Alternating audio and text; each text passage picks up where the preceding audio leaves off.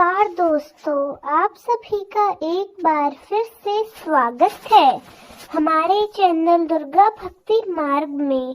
आज मैं आप सभी को सुनाऊंगी नवरात्रि में सुने जाने वाले श्री दुर्गा सप्तशती दूसरे अध्याय। देवताओं के तेज से देवी का प्रादुर्भाव और महिषासुर की सेना का वध।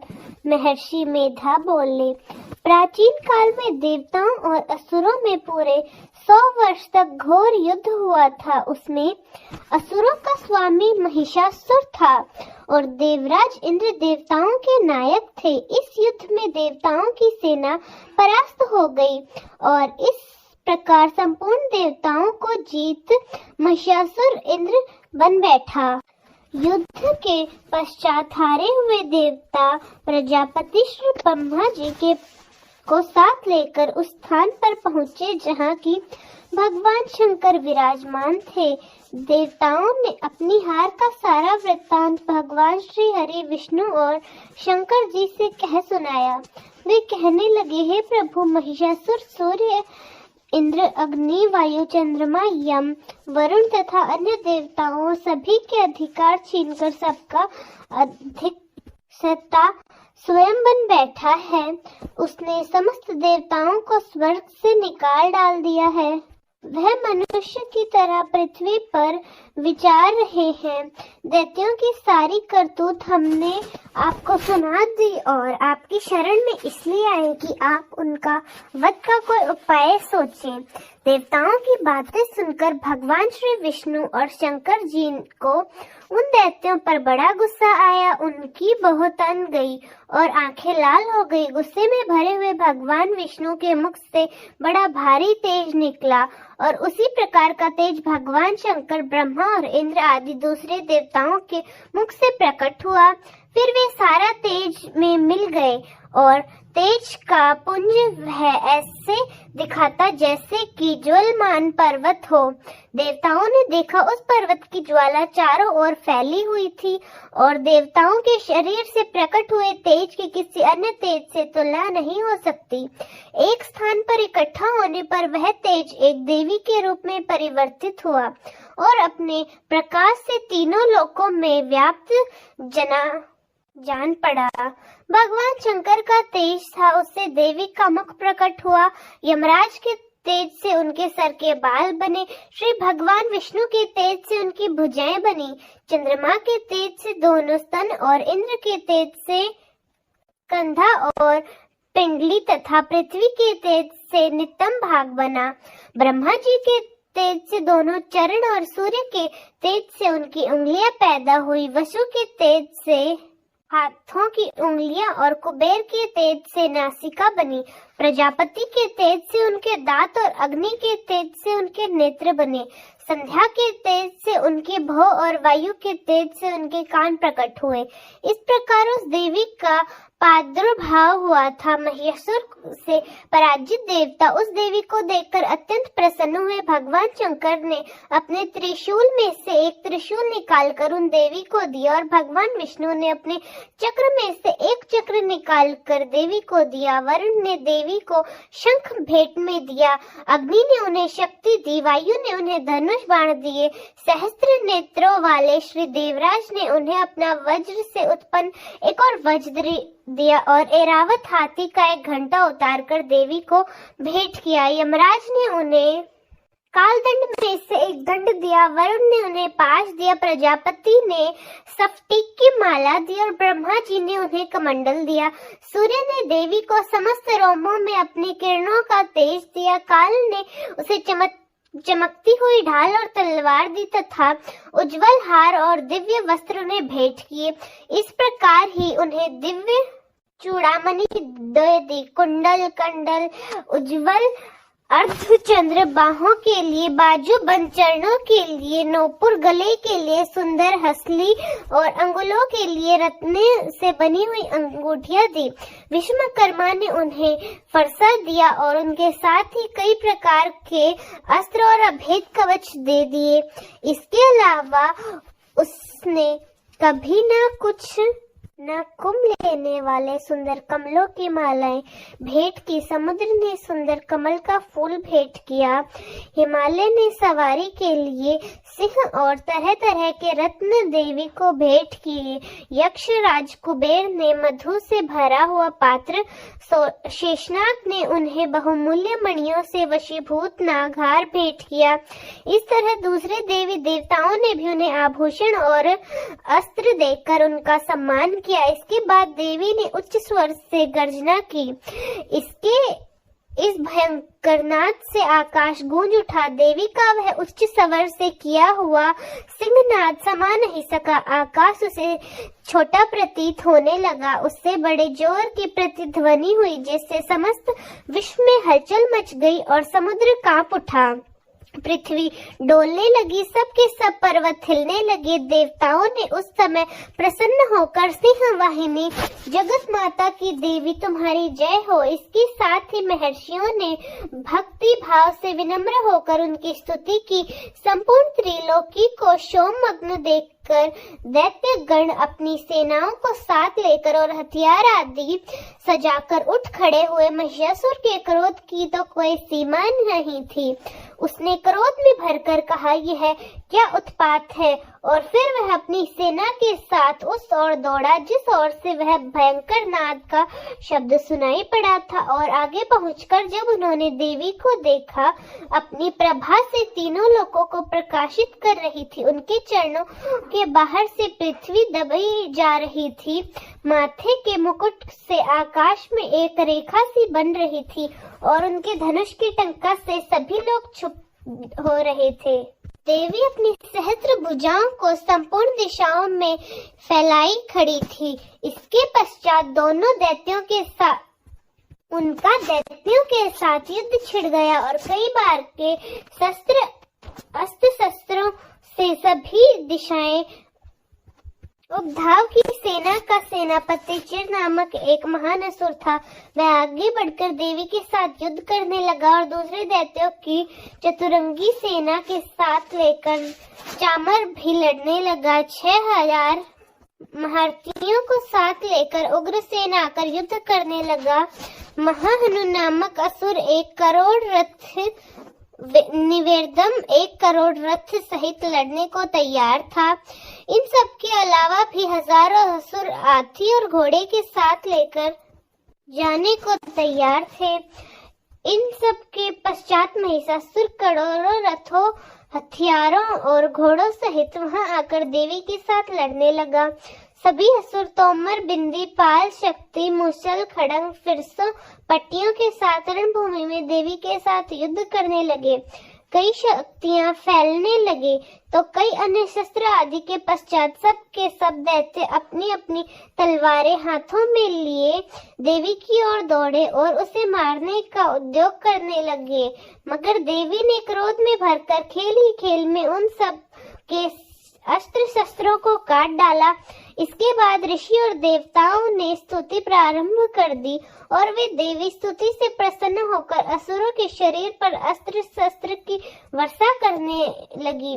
देवी का वाहन भी क्रोध में भरकर दैत्य सेना के इस प्रकार विचर करने लगा जैसे कि दावानल फैल रहा हो। युद्ध करती हुई देवी ने क्रोध में भरकर जिसमें श्वास को छोड़ा, वह तुरंत ही सैकड़ों हजारों गणों के रूप में परिवर्तित हो गए।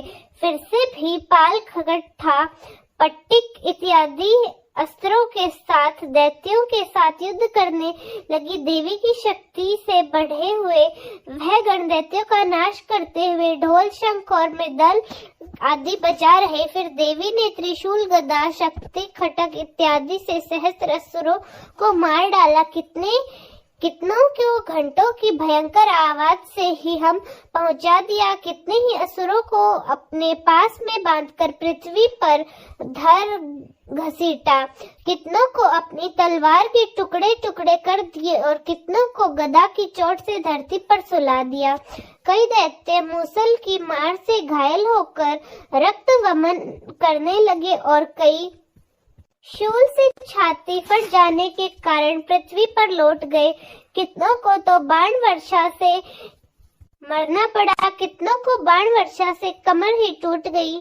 देवताओं को पीड़ा देने वाले दैत्य कट कट कर मरने लगे।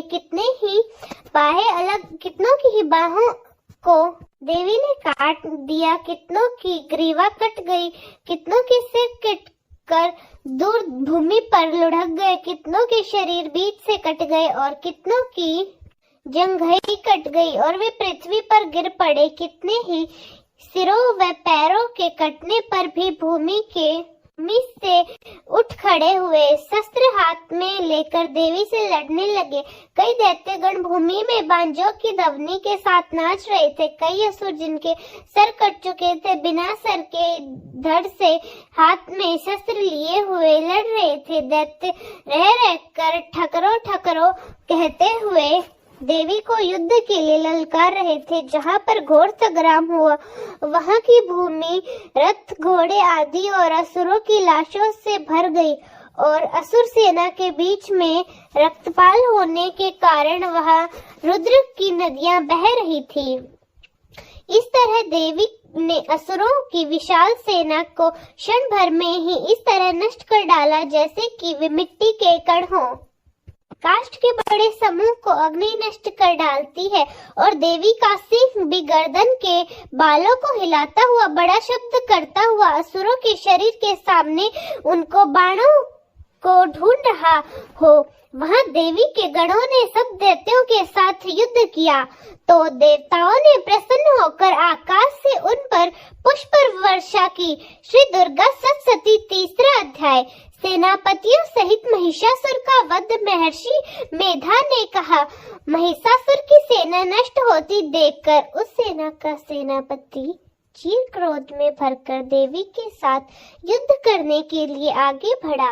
वह देवी पर इस प्रकार बाणों की वर्षा करने लगा मानो सुमेरु पर्वत पानी की धार बरसा रहा हो।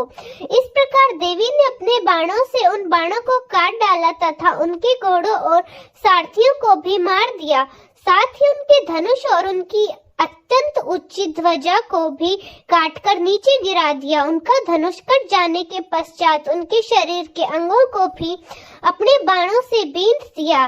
धनुष, घोड़ों और सारथी के कट जाने पर, नष्ट हो जाने पर वह असुर दल और तलवार लेकर देवी की तरफ आया। उसने अपनी त्रिशण धार वाली तलवार से देवी के सिंह के मस्तक पर प्रहार किया। बड़े वेग से देवी के बाई भुजा पर वार किया, किंतु देवी की बाई भुजा को छूते ही उस दैत्य की तलवार टूट गई, उसके 2 टुकड़े हो गए। इससे दैत्य ने क्रोध में भरकर अपशूल के हाथ में ले लिए और उस भद्रकाली देवी की ओर फेंका। देवी की ओर आता हुआ वह शूल आकाश से गिरते हुए सूर्य के समान प्रज्वलित हो उठा। उस शूल को अपनी ओर आते हुए देखकर देवी ने भी शूल छोड़ा और महाअसुर के 100 टुकड़े कर डाले। साथ ही महिषासुर के प्राण भी हर लिए। चूर के मरने पर देवताओं को दुख देने वाला चामर नामक दैत्य हाथी पर सवार होकर देवी से लड़ने के लिए आया और उसके आने के साथ ही देवी शक्ति से प्रहार कर दिया, किंतु देवी ने अपनी हुकार मात्र से ही उसे तोड़कर पृथ्वी पर डाल दिया। शक्ति को टूटा हुआ देखकर दैत्य ने क्रोध से लाल होकर शूल चलाया, किंतु देवी ने उसे भी काट डाला। इतने में देवी का सिंह उछलकर हाथी के मस्तक पर सवार हो गया और दैत्य के साथ बड़ी ही तीव्र युद्ध करने लगा। फिर वह दोनों लड़ते हुए हाथी पर से पृथ्वी पर आगे गिरे और दोनों बड़े क्रोध से लड़ने लगे। फिर सिंह बड़े जोर से आकाश की ओर उछला और जब पृथ्वी की ओर आया तो अपने पंजे से चामर का सिर धड़ से अलग कर दिया। क्रोध में भरी हुई देवी ने शिला और वृक्ष आदि की चोटों से उग्रसेन से उग्रस्त दैत्य को मार गिराया। भिंदर से वास्कल को बाणों से, त्राम तथा अंधक को मौत के घाट उतार दिया। तीनों नेत्रों वाली परमेश्वरी ने त्रिशूल से उग्रसेन और हनु नामक राक्षसों को मार गिराया। उसने अपनी तलवार तलवार के विडाल नामक दैत्य का सिर काट डाला तथा बाणों से धुर्वा और धुर्मुख राक्षसों को यमलोक पहुंचा दिया। जब इस प्रकार महिषासुर ने देखा कि देवी ने मेरी सेना को नष्ट कर दिया है, तो वे भैंस का रूप धारण किए देवी के गुणों का दुख देने लगे। उन गणों में कितना ही उनको मुख से प्रहार, कितने ही बड़े खुरों से, कितने ही पूछ, कितनों को सिंहों और कितने को बड़ों से दौड़ने का वेग, अनेकों को सिंहनाद से, कितने को चक्कर देकर और कितनों को श्राव वायु के झोंकों से पृथ्वी पर गिरा दिया। वह दैत्य इस प्रकार गणों की सेना को गिरी देवी के सिंह को मारने के लिए। इस पर देवी को बड़ा क्रोध आया। उधर दैत्य भी क्रोध में भरकर धरती को खुरों से खोदने लगा तथा सिंहों से पर्वत को उखाड़ उखाड़ कर धरती पर फेंकने लगा और मुख से शब्द भी करने लगा। महिषासुर के वेग से चक्कर देने के कारण पृथ्वी शब्द होकर फटने लगी। उसकी पूंछ से टरकार कर समुद्र चारों ओर फैलने लगा। हिलते हुए सिंहों और आशाद के मेघ खंड खंड हो गए और श्वास से आकाश में उड़ते हुए पर्वत भी फटने लगे। इस तरह क्रोध में भरे हुए राक्षस को देखकर देवी चंडिका को भी क्रोध आ गया और वह भी उसे मारने के लिए क्रोध में भर गई। देवी के पास फेंककर दैत्य को बांध दिया। उसके बंध जाने पर दैत्य का रूप त्याग कर सिंह का रूप बना लिया। जैसे ही देवी उसका सिर काटने के लिए तैयार हुई, तो उसने पुरुष का रूप बना लिया, जो कि हाथ में तलवार लिए हुए था। तब देवी ने तुरंत अपने बाणों के साथ उस पुरुष की तलवार को डाल सहित बीन डाला। उसके पश्चात तो हाथी के रूप में दिखाई देने वाला और लंबी सूंड से देवी के सिंह को खींचने लगा और गरजने लगा। देवी ने अपनी तलवार से उसकी सूंड भी काट डाली। तब उस राक्षस ने एक बार फिर से भैंसे का रूप धारण कर लिया और पहले की तरह चर जीवों सहित समस्त त्रिलोकी को व्याकुल करने लगा। इसके पश्चात क्रोध में भरी हुई देवी बारंबार उत्तम मधु का पान करने लगी और लाल लाल नेत्र करके हंसने लगी। उधर बलवीर्य तथा मध्य से कृत हुआ दैत्य भी गरजने लगा। अपने सिंहों से देवी पर पर्वतों को फेंकने लगा। देवी अपने बाणों से उसे फेंकते हुए पर्वतों को चूर्ण करती हुई बोली, ओ मड़, जब तक मैं मधुपाल कर रही हूँ तब तक तू गरज ले और इसके पश्चात मेरे हाथों तेरी मृत्यु हो जाने पर देवता गरजेंगे। महर्षि मेधा ने ऐसा कहकर देवी उछलकर उस दैत्य पर जा गिरी और उसको अपने पैर से दबाकर शूल से उसके गले पर आघात कर दिया। देवी के पैर दबने पर वह दैत्य अपने दूसरे रूप से अपने मुख से बाहर होने लगा। अभी वह दैत्य आधा ही बाहर निकला था कि देवी ने अपने प्रभाव से उसे उसी क्षण रोक दिया। तब वह आधा निकला हुआ दैत्य ही युद्ध करने लगा, तो देवी ने अपनी तलवार से उसका सिर काट डाला। उसके पश्चात सारी राक्षस सेना हाहाकारती हुई वहां से भाग खड़ी हुई और सभी देवता अत्यंत प्रसन्न हुए। महिषासुर का वध हो गया। सभी राक्षस वहां से भाग गए तथा ऋषियों महर्षियों सहित देवी की स्तुति करने लगे। गंधर्व राज गान करने लगे, अप्सराएं नृत्य करने लगी। दोस्तों, कैसा लगा आपको हमारा आज का अध्याय? कमेंट्स में जरूर बताएं। धन्यवाद।